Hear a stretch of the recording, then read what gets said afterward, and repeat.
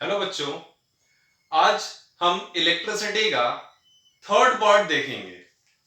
तो यहां पर हम देखने वाले हैं ओम्स लॉ। हमने देख लिया था कि ओम्स लॉ क्या होता है। सबसे पहले आज हम पढ़ते हैं रेजिस्टेंस के बारे में। ये रेजिस्टेंस होता क्या है?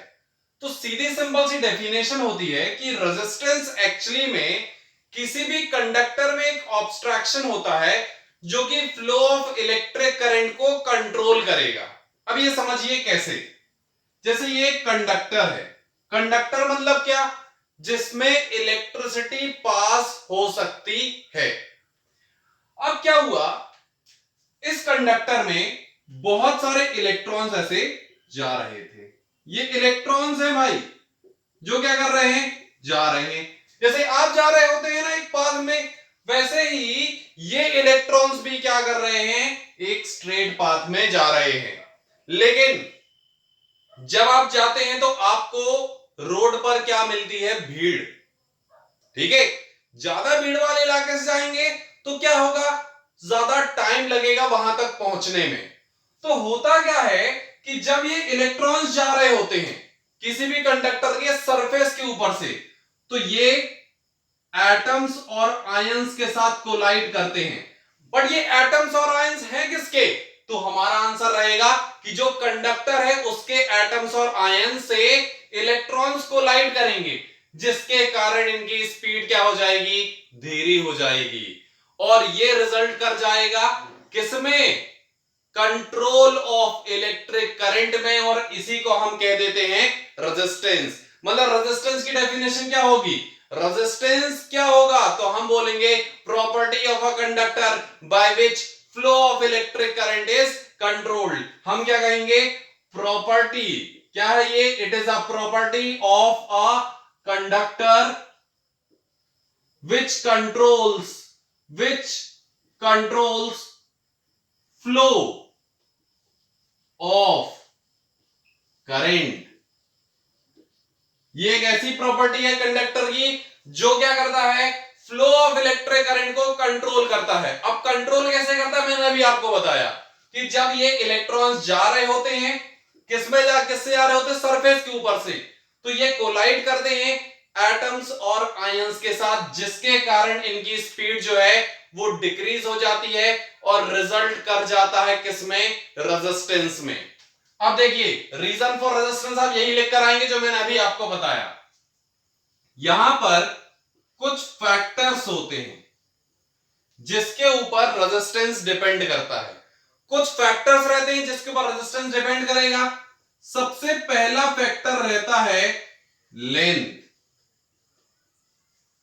अब लेंथ कैसे? देखिए, मान लीजिए कि यहां पर भीड़ ज्यादा है, ठीक है, बड़ी लेंथ कवर करनी, बड़ा पाथ कवर करना। तो बड़ा पाथ कवर करने के लिए आपको ज्यादा टाइम लगेगा एक पॉइंट से दूसरे पॉइंट तक पहुंचने में। ये इतना है। अभी वायर, यदि मैं इस वायर को बढ़ा दूं, इतना बड़ा कर दूं, तो यहां से लेकर एंड पॉइंट तक जाने में आपको क्या है? ज्यादा टाइम लगेगा। मतलब लेंथ जैसे जैसे बढ़ाते हैं वैसे वैसे कोलिजन जो है इलेक्ट्रॉन्स का वो बढ़ जाता है और आपका रेजिस्टेंस भी बढ़ जाएगा। तो हम बोलेंगे R जो है वो डायरेक्टली प्रोपोर्शनल होता है L के, क्योंकि लेंथ बढ़ाने पर collision of electrons with atoms and ion जो है वो क्या हो जाता है? इंक्रीज हो जाता है। अब सेकंड देखिए, सेकंड है CA, चार्ट एंड अकाउंटेंट नहीं। CA मतलब क्रॉस सेक्शन एरिया, मतलब थिकनेस ऑफ वायर। यदि आप वायर को थिक कर दें, यदि मैं रोड को चौड़ी कर दूं, तो चौड़ी रोड में आप जल्दी एक पॉइंट से दूसरे पॉइंट तक पहुंच जाएंगे, क्योंकि कोलिजन जो है वो कम होगा। तो यहां पर भी ऐसा ही है, यदि वायर को थिक कर दूं तो कोलिजन जो है इलेक्ट्रॉन्स का वो कम हो जाएगा, जिसके कारण आपका रेजिस्टेंस डिक्रीज हो जाएगा। मतलब R is inversely proportional to A। अब थर्ड पॉइंट पर आते हैं। थर्ड पॉइंट है आपका नेचर ऑफ कंडक्टर। नेचर, कैसा नेचर है भाई? अच्छा है, बेकार है, कैसा है? तो ये कंडक्टर के नेचर के ऊपर भी डिपेंड करता है। कि कंडक्टर जो है वो करंट को होल्ड करने वाला है या जाने देने वाला है। जैसे यदि मैं एक गुड कंडक्टर की बात करूं तो गुड कंडक्टर के केस में रेजिस्टेंस हमेशा क्या होता है, कम होता है। क्यों होता है कम? क्योंकि रेजिस्टेंस मतलब इलेक्ट्रॉन्स को रोकना है। और यदि कंडक्टर गुड है, यदि कंडक्टर गुड है तो रेजिस्टेंस जो है वो आपका कम होगा। ऐसा इसीलिए क्योंकि वो इलेक्ट्रॉन्स को रोकेगा नहीं, वो बोलेगा जाओ भैया यहां से निकल जाओ। यदि कंडक्टर पुअर हो गया तो पुअर कंडक्टर के लिए रेजिस्टेंस ज्यादा होता है क्योंकि वो क्या करता है, इलेक्ट्रॉन्स को रोक कर रखता है। और इंसुलेटर के केस में, इंसुलेटर मतलब क्या, बैड कंडक्टर जो करंट को फ्लो होने नहीं देगा, उस केस में रेजिस्टेंस हो जाता है इनफाइनाइट। तो ये तीन फैक्टर्स थे। अब फोर्थ फैक्टर के बारे में और डिस्कस कर लेते हैं। तो फोर्थ फैक्टर है टेम्परेचर। देखिए ये पाथ है, इलेक्ट्रॉन्स को कैसा जाना है, उनको कैसा जाना पसंद है? आंसर है सीधा जाना। ये सीधा जाना पसंद करते हैं। लेकिन तब क्या होगा जब टेम्परेचर इंक्रीज हो जाए। जब टेम्परेचर यहां पर इंक्रीज होगा, बढ़ेगा, तो उस केस में ये सीधे नहीं जाएंगे, ये मचल जाएंगे। भाई आपको गर्मी लगती तो आप क्या है, मचल जाते, इधर उधर भागने लगते, भाई बहुत तेज गर्मी लग रही है, बड़बड़ाहट होती है। तो ऐसे ही यहां पर भी है। आपको मैं गर्म चीप पर खड़ा कर दूं, आप ऐसे ऐसे करके इधर उधर भागेंगे। यहां पर भी सेम वही केस है। इलेक्ट्रॉन तो है लेकिन क्या है, इनका टेम्परेचर इंक्रीज हो गया। तो ये क्या करेंगे, इधर उधर भागेंगे, बोले नहीं भैया हमको रैंडम डायरेक्शन में जाना है, इधर उधर भागना है। जिसके कारण आपका रेजिस्टेंस जो है वो क्या है, बढ़ जाएगा। क्योंकि उस पॉइंट तक इलेक्ट्रॉन्स देर से पहुंचेंगे। तो हम बोलेंगे कि रेजिस्टेंस बढ़ता है टेम्परेचर बढ़ाने पर। ये कुछ फैक्टर्स थे जो हमने पढ़े रेजिस्टेंस के बारे में। आई होप आप सभी को समझ में आ गया होगा। अब रेजिस्टेंस के बाद बिल्कुल इसी से रिलेटेड एक टॉपिक आता है, उसे कहते हैं अपन रेजिस्टिविटी। क्या कहते हैं? देखो भाई रेजिस्टिविटी के बारे में समझते, रेजिस्टिविटी क्या है। तो रेजिस्टिविटी को मैं सबसे पहले रेजिस्टेंस से कनेक्ट करूंगा भाई। आर जो है वो डायरेक्टली प्रोपोर्शनल होता है एल के, मतलब resistance of the conductor is directly proportional to L. अब भी समझा है। अब यही आर इनवर्सली प्रोपोर्शनल है ए के। ये वन है भाई, 1/a। इक्वेशन 1 लो, इक्वेशन 2 लो, दोनों को कंबाइन किया तो बोल दिया बाय 1 एंड 2। क्या मिल जाएगा, R is proportional to L by A. इस साइन की कोई जरूरत नहीं है, हमको क्या चाहिए, हमको चाहिए इक्वल टू साइन। तो R equals to rho L by A. ये जो रो है, ये जो रो है, यही तो है क्या, रेजिस्टिविटी है भाई। ये रो क्या है, रेजिस्टिविटी। डिफाइन कैसे करेंगे वो अब समझ लेते हैं। जैसे रो का यदि मैं फॉर्मूला लिखूं तो रो का फॉर्मूला हो जाता है, ये रो लिखा, rho equal to R into A by L. ये हुआ फॉर्मूला। अब यदि मैं यहां पर आपसे पूछूं कि रो की वैल्यू आर के बराबर कब होगी, आप बोलोगे सर जब ए को भी 1 कर दो और एल को भी 1। जब ए और एल दोनों 1 हो जाएंगे तो आर की वैल्यू रो के बराबर हो जाएगी। तो मैं रेजिस्टिविटी को डिफाइन करूंगा। रेजिस्टिविटी रेजिस्टेंस है कंडक्टर का for unit area and unit length. ठीक है, रेजिस्टिविटी जो है वो रेजिस्टेंस ऑफ कंडक्टर ही है, लेकिन किसके लिए, यूनिट एरिया और यूनिट लेंथ के लिए। Resistivity is the resistance of conductor for unit area and unit per length. For unit area and for unit length is called as resistivity. Clear हो गया होगा आई होप। रेजिस्टिविटी, रेजिस्टेंस ये सब क्या होता है। अब हम देखेंगे भाई रो की वैल्यू तो भी निकाली, रो की वैल्यू क्या है, R into A by L. आर का ऐसा यूनिट, आर किसने दिया था भाई? ओम्स ने। ओम्स ने हमें बताया था, फॉर्मूला पढ़ा था, V equals to I R, R की वैल्यू V बाय आई। इसका ऐसा यूनिट होता है ओम्स। क्या होता है? ओम्स।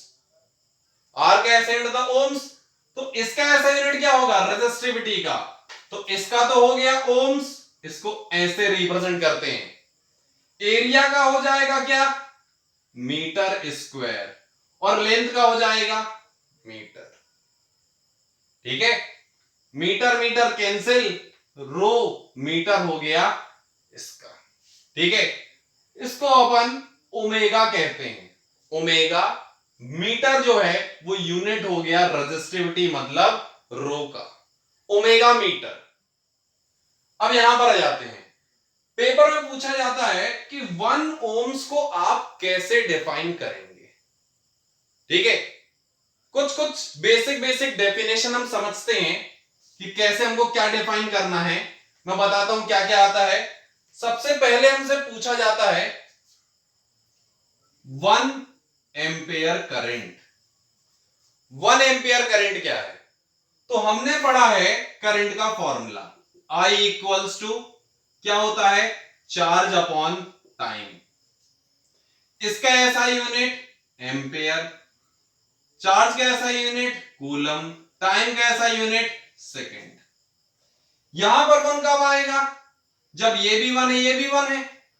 मतलब 1 एम्पियर को हम डिफाइन करेंगे when 1 coulomb of charge passes through the conductor in 1 second, then this current is called 1 ampere. जब 1 कूलम का चार्ज पास होगा कंडक्टर से 1 सेकेंड में, तो उस करंट को हम क्या कह देते? 1 एम्पियर। बहुत इंपॉर्टेंट चीज है, 12th क्लास तक काम में आने वाली है ये। 1 एम्पियर डिफाइन करना सीखे। अब 1 वोल्ट क्या होता है ये भी पूछा जाता है। तो याद करो वोल्ट कब पढ़ा था? वोल्ट हमने पढ़ा था पोटेंशियल डिफरेंस में, V equals to W by Q।